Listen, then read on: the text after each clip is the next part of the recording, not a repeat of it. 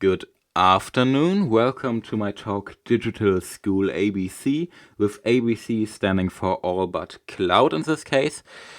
In this talk, I'd like to give a small overview on how we use self-hosted and open source solutions at school.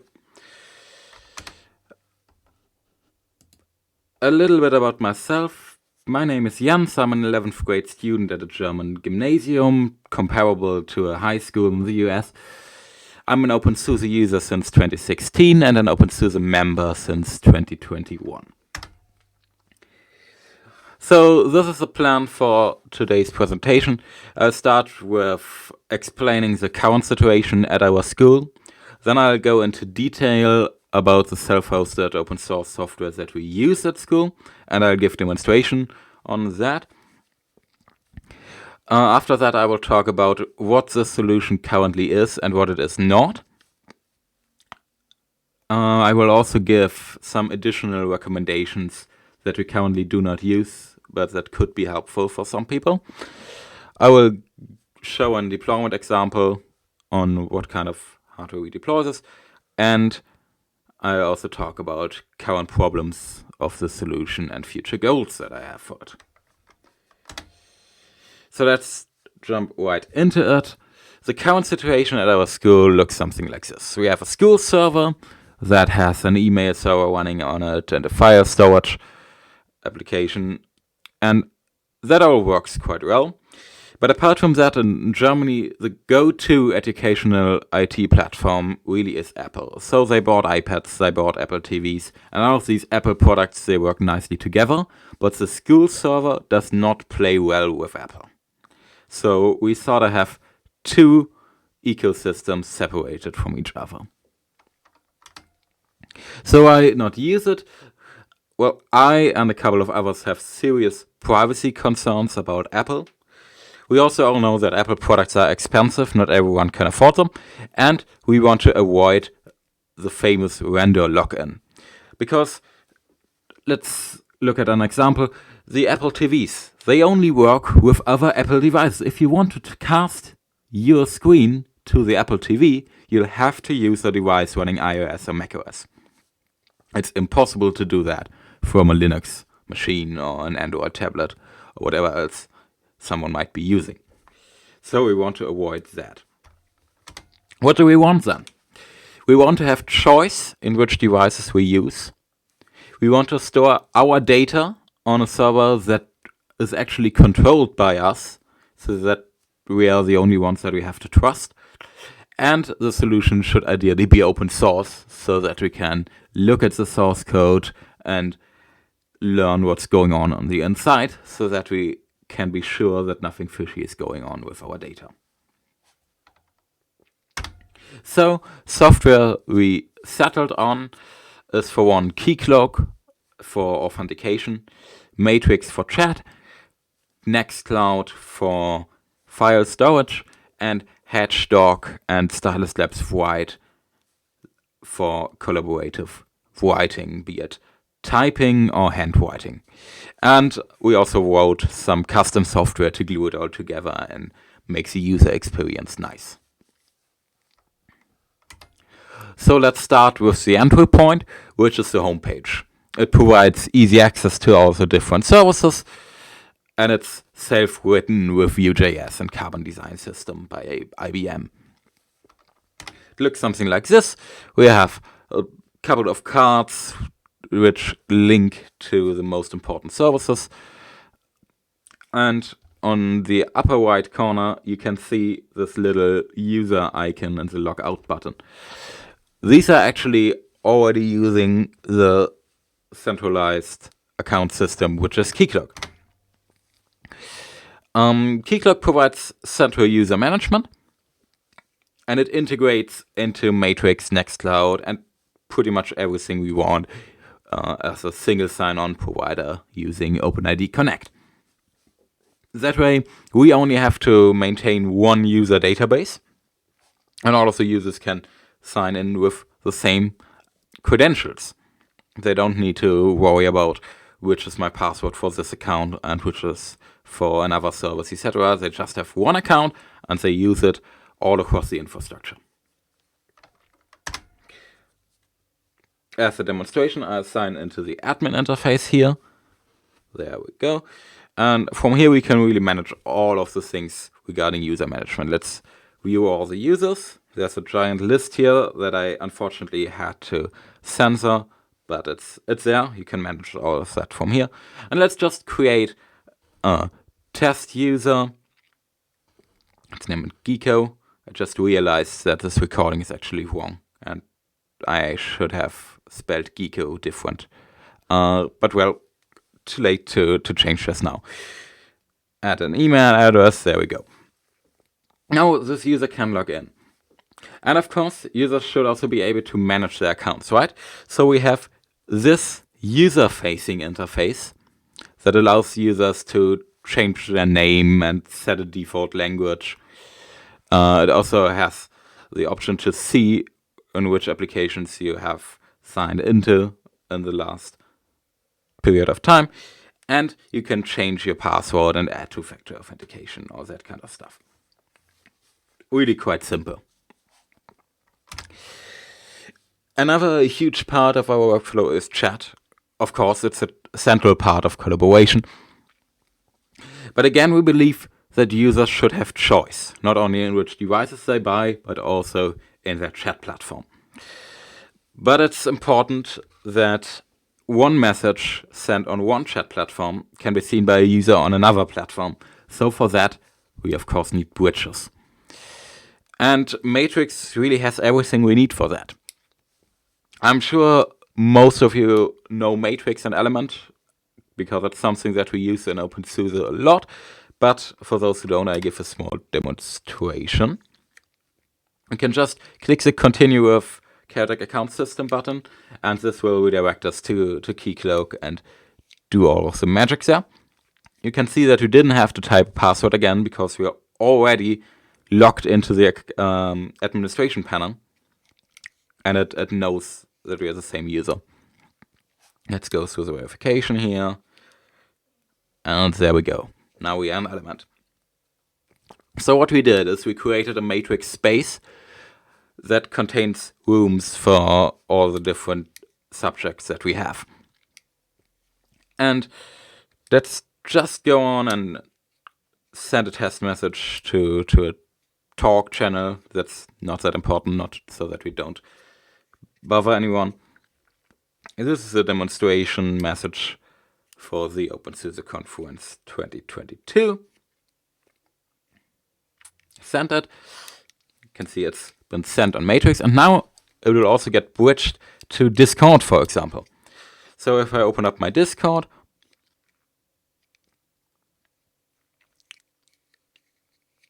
and select our school Discord server, you can see an unread message in the chit-chat channel, and there's my message. This is a demonstration for the openSUSE Conference 2022. So it's working. We also have a need for file storage, because we get different kind of worksheets, and we just scan them and upload them so that we all can access them. And for that, we use Nextcloud. We just set up a shared folder for worksheets and have subdirectories in that for every subject, and we upload our stuff in there, and it's easy to find. This is how it looks like for those who don't know Nextcloud, which most of you probably do, but it's a self-hosted kind of Dropbox, Google Drive alternative. So we just have a nice web interface which we can use to manage files and share them with other users. Another thing that we use Nextcloud for is managing homework. We wanted to have something where you can see all the tasks that we need to do and see when they are due, add attachments to them so that we can link the correct worksheet or a picture of the board or whatever directly to the task. And for that we chose Nextcloud Deck because it can do all of that. So this is how that looks. We have columns for every day of week, and we just add the task to the day it has to be done at. And we tag that with different color codes to keep track of everything and make it look nice. So now we're actually starting to talk about my favorite features of this.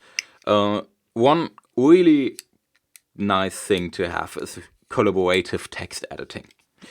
We use Hatchdoc for that, which initially was developed at HackMD, which some of you may know.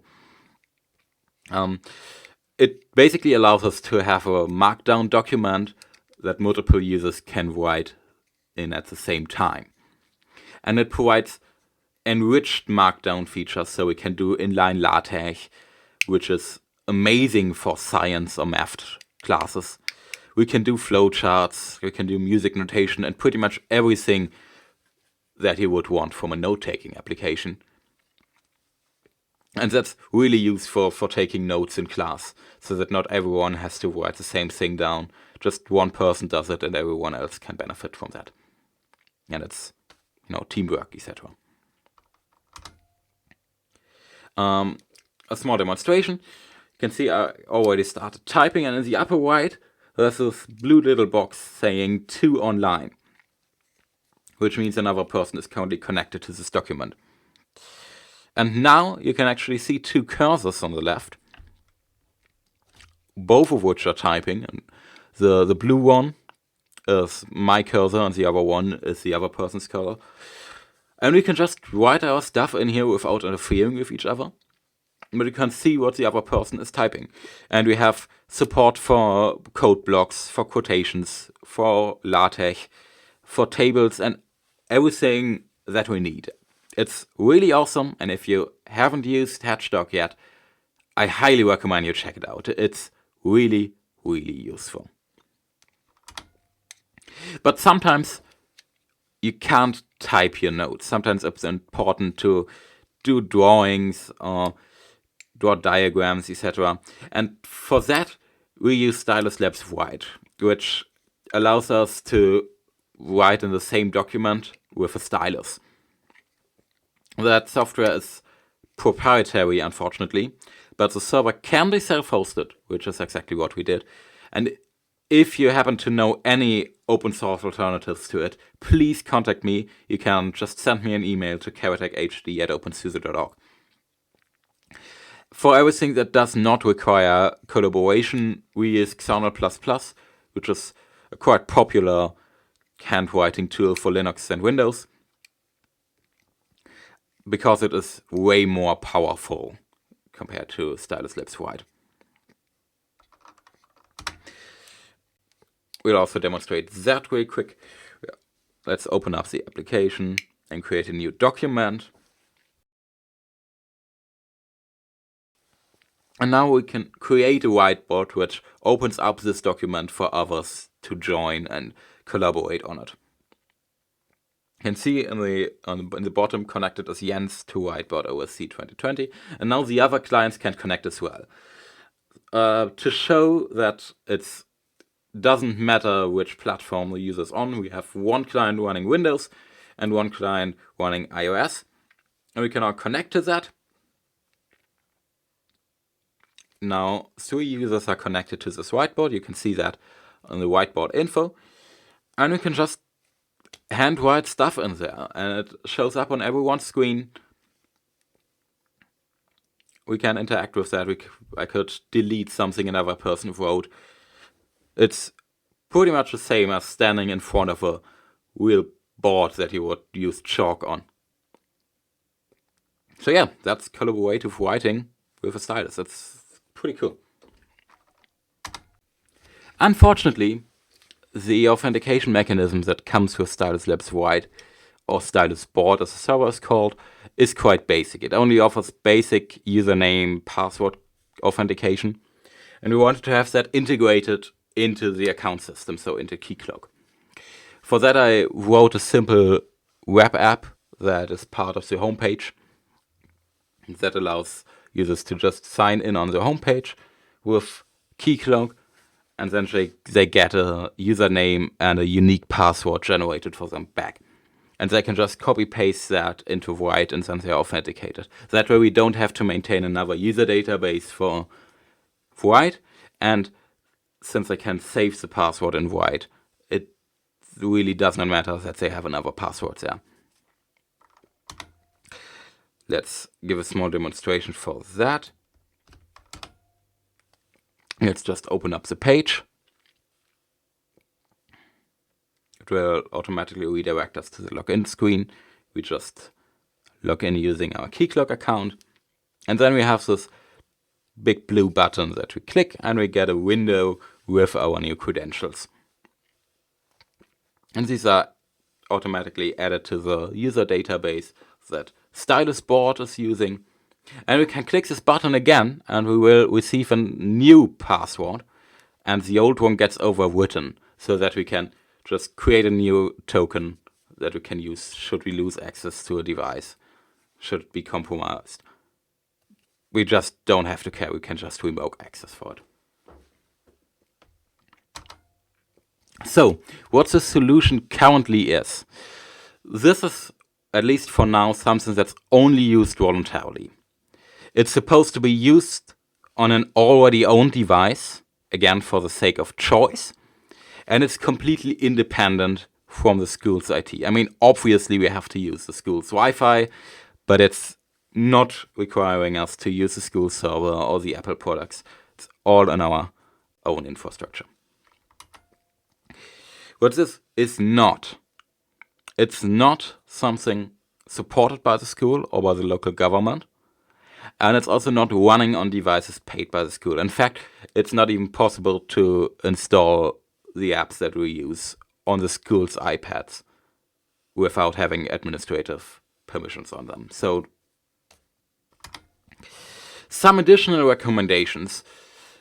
What I'm talking about now is something that we don't actually use, but that I believe could be useful if someone was to deploy something like this at a larger scale, maybe using that at a school. One important thing is video conferencing, especially with a pandemic going on.